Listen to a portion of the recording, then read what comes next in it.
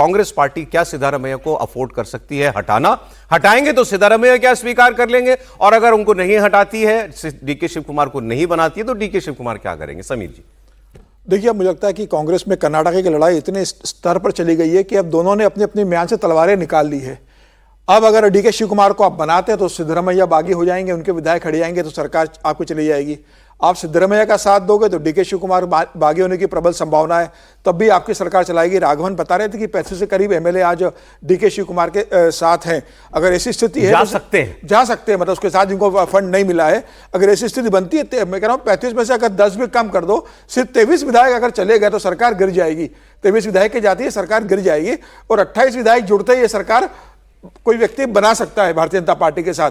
तो जिस स्थिति में सरकार पड़ी, और कांग्रेस की वर्किंग देखिए, पंजाब में आप अमरिंदर सिंह को हटाते हो, हटाते अमरिंदर सिंह पार्टी छोड़कर चले जाते हैं, चन्नी पार्टी को डुबा देते हैं वहां पर। आप राहुल गांधी की वर्किंग देखिए, बिहार में चुनाव होता है, राहुल गांधी चले जाते हैं मध्य प्रदेश में कांग्रेस विधायक दल की बैठक लेने, और वहां पर टूरिज्म के लिए आप वहां पर सफारी घूमने पचमढ़ी में चले जाते हैं। आज कर्नाटका का इतना बड़ा संकट आपके सामने है, और आज राहुल गांधी ने बिहार की बैठक बुला ली है। आज बिहार के एमएलए से बात कर रहे हैं कि भाई पदाधिकारियों से कि हम चुनाव हारे क्यों? अरे भाई, आप जो हार गए तो हार गए, इतना बड़ा संकट आपके सामने पिछले 7 दिन से खड़ा है। आपको तो आज कर्नाटक की बैठक बुलानी थी, 29 तारीख का इंतजार नहीं करना था, आपको कर्नाटका पहुंच जाना चाहिए था। आपने रणदीप सुरजेवाला को कर्नाटका भेजा, डीके शिव कुमार ने धक्के मार के भगा दिया कि मैं रणदीप सुरजेवाला से बात नहीं करूंगा, मैं राहुल से या सोनिया गांधी जी से बात करूंगा। आपके राष्ट्रीय अध्यक्ष जो कर्नाटका से आते हैं, खड़गे साहब, वह तो कर्नाटक की राजनीति को समझते हैं। उन्हें क्या पता नहीं था कि इस तरीके से घटनाएं घट रही है? 4 दिन वो कर्नाटका में रहे, क्या क्या खड़गे साहब ने, खड़गे साहब कह रहे हैं कि हाईकमान तय करेगा। अब 29 तारीख का इंतजार किया। एक मिनट देखिए, एक बड़ा इंटरेस्टिंग बयान इसमें आ रहा है डीके शिव कुमार के भाई का। इनके भाई जो हैं वो कह रहे हैं कि कोई क्राइसिस नहीं है। फिर इनसे पूछा कि लेकिन आप भाई साहब ने तो, आपके डीके शिव कुमार जी ने तो ये लिखा है, word power is word power, जो कहा है वो करो। तो उन्होंने कहा जो उन्होंने लिखा है वो आप उनसे पूछिए।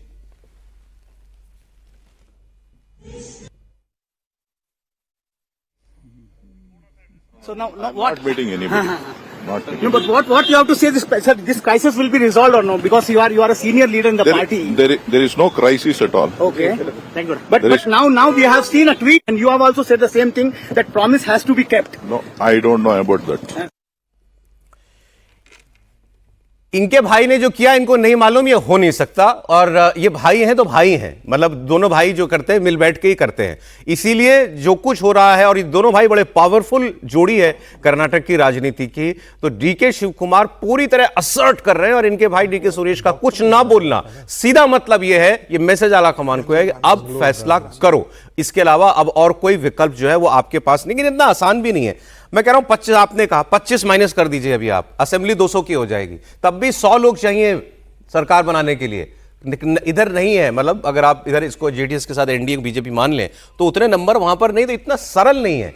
नहीं, उस नंबर को दूसरे तरीके से भी देखिए, वो इतना आसान नहीं है ना। उसको देखें एंटी डिफेक्शन को कि नंबर कांग्रेस के मत कम के बीजेपी के जोड़ने से काम नहीं चलेगा। मैं कह रहा हूं इस्तीफे भी करा दे, मैं कह रहा हूं 25 इस्तीफे करा दीजिए, इस्तीफे कोई नहीं कर रहा, ऐसा इस्तीफे रोज नहीं होते। लेकिन एक बात पर मेरे को आपत्ति, आप बार बार कह रहे हैं कि वो खाटी कांग्रेस या शिव कुमार जी, तो ज्योतिरादित्य सिंधिया पर आप शक कर रहे थे।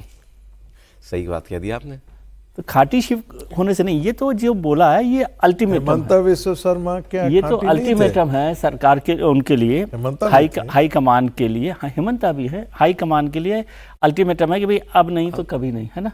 या प्रधानमंत्री जी जैसे कहते हैं, वो राहुल जी को समझना चाहिए कि यही समय सही समय है। लेकिन सर, जब आप अल्टीमेटम शब्द इस्तेमाल करते हैं ना, तो फिर उसके बाद भी कुछ होता है। ये जो आपने कहा ये नहीं तो फिर क्या सवाल? ये नहीं, फिर उसका नेक्स्ट स्टेप होगा। अभी वो सोचते होंगे कि भाई अल्टीमेटम के बाद भी कई बार जाग जाते हैं कि अब इसके बाद कुछ। देखिए, सिद्धारमैया की तरफ एक लाइन जोड़ देता हूं, वही होगा सर जो विधानसभा में डीके शिव कुमार ने कहा था, नमस्ते सदा वत्सले, याद है सर?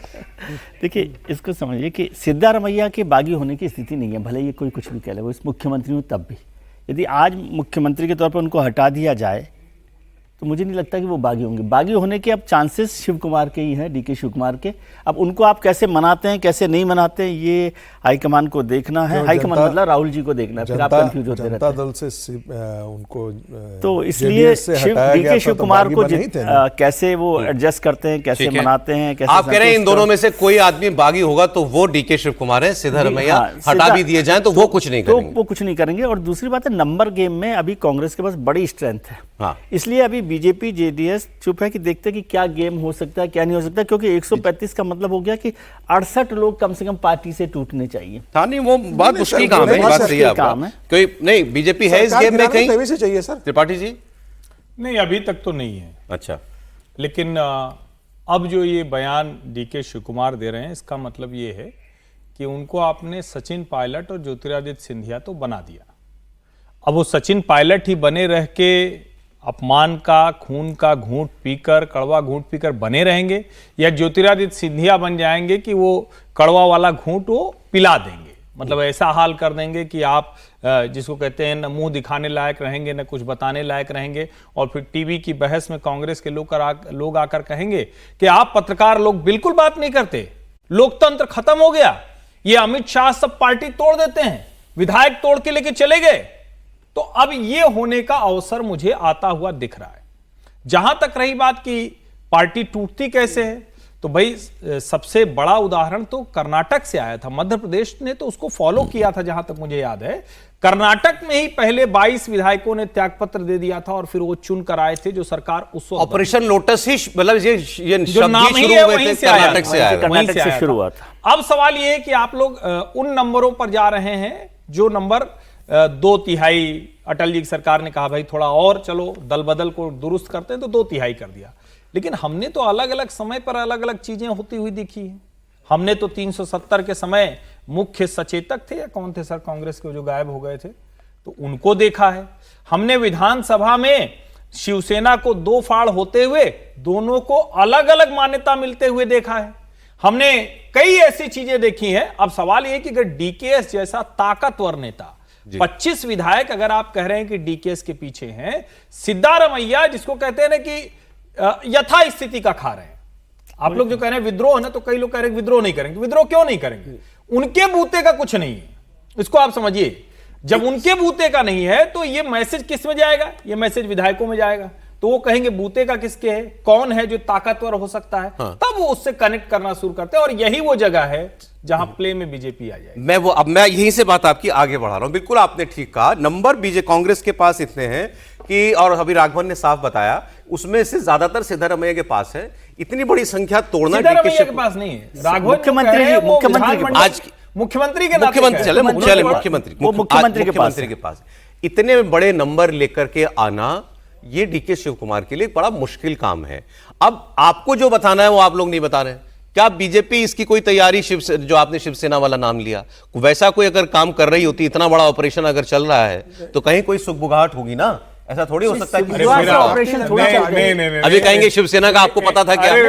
ऑपरेशन जो है सुगबुगाहट से नहीं चलते ना। नहीं, ज्योतिरादित्य का पता था जब वो बंगलोर चले गए। वही तो कह रहा हूं, हो सकता है पीछे से हो रहा हो। मतलब मैं कह रहा हूं प्ले में तब आएगी जो मैंने सिनेरियो बताया। जनता पार्टी का इंटरेस्ट रायता खाने में, रायता फैलाने में ज्यादा रहेगा। सरकार बने या न बने, कांग्रेस की सरकार गिर जाए और राष्ट्रपति शासन लग जाए, और उसके बाद फिर वो देखेंगे क्या करना है। मुझे लग रहा है उनका इंटरेस्ट सरकार गिराने में रहेगा। शिव कुमार कह रहे हैं biggest force in the world is to keep one's word. ये किसको बोल रहे हैं? वो जाहिर है इनको वर्ड दिया सोनिया गांधी ने। हाँ, इसका मतलब वो ये चेतावनी किसके लिए है?